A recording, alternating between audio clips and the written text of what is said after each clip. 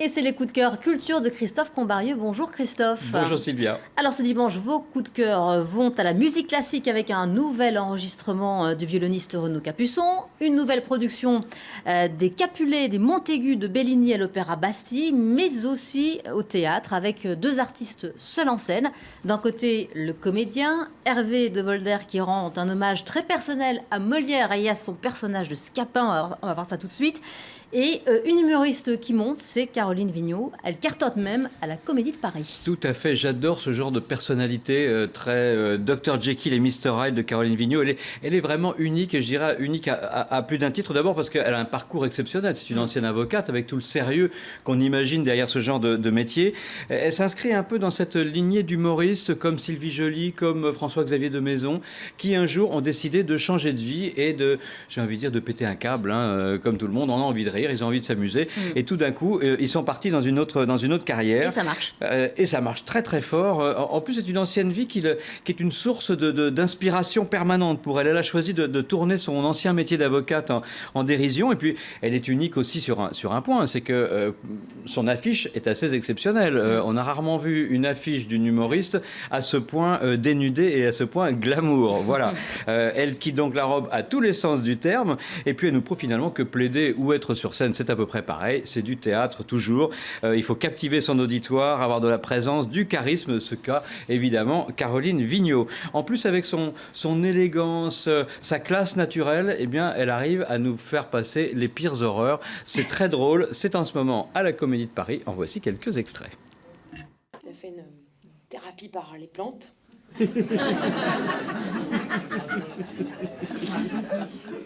C'est devenu un bobo. Mais écolo, tu vois. Un bio-bio. Tu vois, le bio-bio, c'est le gars qui trie ses déchets, tu vois, ou qui te colle des ampoules énervantes dans tout l'appart. C'est le fameux... Mais le pire avec les écolos, c'est le potacon. Potacon, vous voyez, c'est un concept parisien, vous voyez. C'est un potager sur un balcon. Ah, il y a un macro des potacons, là. Pour qui puis-je vraiment que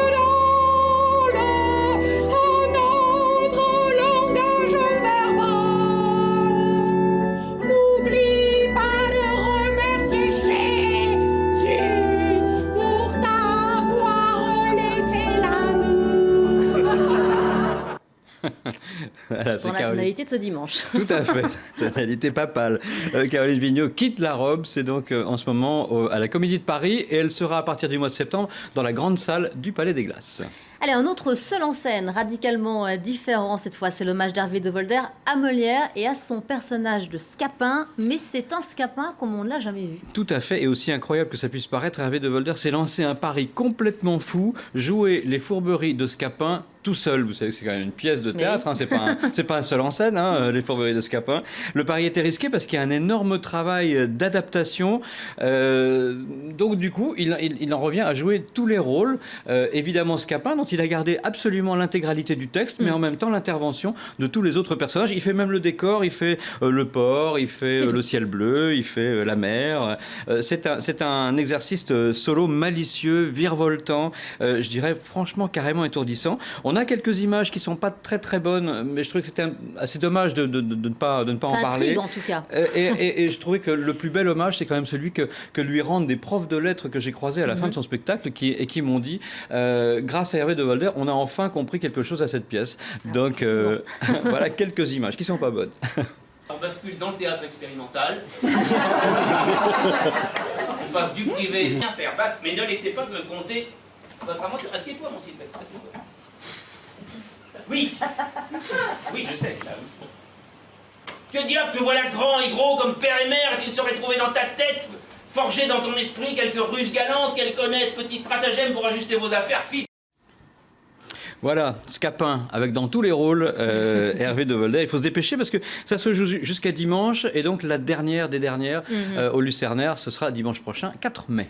Alors, on reste dans les grands classiques, mais cette fois, on parle de musique avec le violoniste qu'on ne présente plus, c'est Renaud Capuçon, qui décidément a une actualité quasi permanente. Tout à fait. On peut vraiment pas reprocher à Renaud Capuçon de s'endormir sur ses lauriers. Il travaille comme un fou, il n'arrête pas. Il a une carrière mondiale exceptionnelle. Il fait de la musique de chambre, du récital, en soliste, un nouvel album tous les 3 ou 4 mois. Et à chaque fois, je me dis, allez, cette fois, on ne parle plus de Renaud Capuçon pendant 6 mois. Et puis, finalement, le travail qu'il nous fournit est de tellement belles factures, c'est tellement bien fait qu'il n'y a pas de raison qu'on n'en parle évidemment pas. Double actualité pour lui, pour Renaud Capuçon cette semaine. D'abord, vous savez qu'il est directeur du nouveau festival de Pâques d'Aix-en-Provence. À ce titre, il est son dernier concert, parce que c'est la clôture aujourd'hui.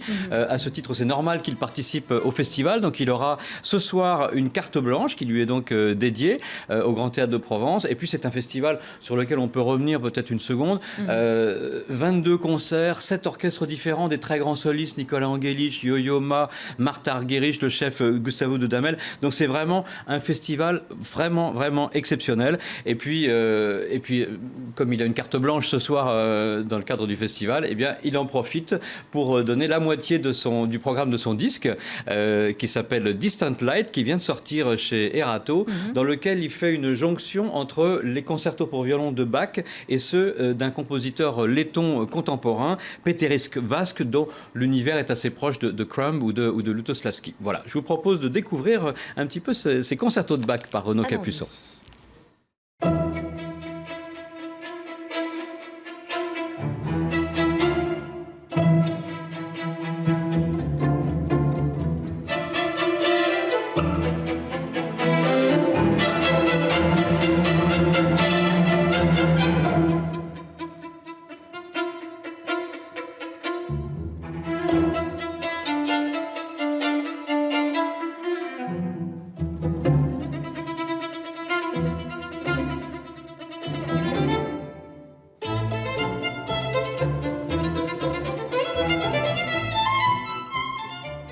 Voilà, concerto pour violon de Peteris Vasque, ce compositeur letton, par Renaud Capuçon. Ça vient de sortir chez Erato, pour vous rappeler en même temps que ce soir, il joue au festival d'Aix-en-Provence, en clôture du festival, donc il dirige. Allez, on termine avec du bel canto, les Capulets, les Montaigu, un opéra peu joué qui est signé Bellini et qui vient de démarrer à l'Opéra Bastille. Alors c'est une nouvelle production, elle est signée Robert Carsen, mais elle n'est pas totalement nouvelle. Vous allez nous expliquer pourquoi. Tout à fait, Sylvia. C'est un peu une production qu'à la poisse, pour tout vous dire, parce que c'est une production qui était destinée à une saison de l'Opéra de Paris il y a une dizaine d'années. Oui.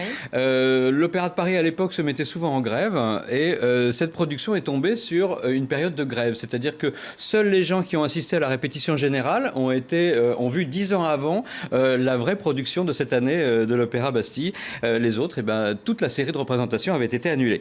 Et c'est, je trouve, une excellente idée d'avoir ressorti des tiroirs cette production, parce qu'il y a une intensité dramatique, éblouissante, aussi bien musicalement que visuellement. C'est une œuvre très forte d'un Bellini très jeune. Il n'avait que 29 ans quand il a composé Les Capulets, les Montaigu. Déjà 5 ans avant sa mort. Et c'est surtout, ça annonce déjà le grand opéra qui allait suivre dans sa production, qui était évidemment la Norma, l'opéra superstar. Cette production de Robert Carsen est splendide parce qu'elle est baignée dans le sang de ces deux familles de Vérone.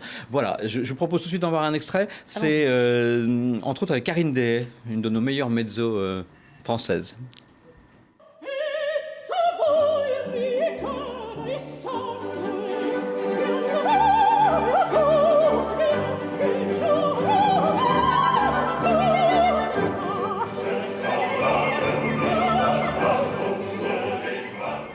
Voilà, un très court extrait, c'était Karine Dehaye, donc à l'Opéra, jusqu'au 23 mai à l'Opéra Bastille, Les Capulets Montaigu, Robert Carsen.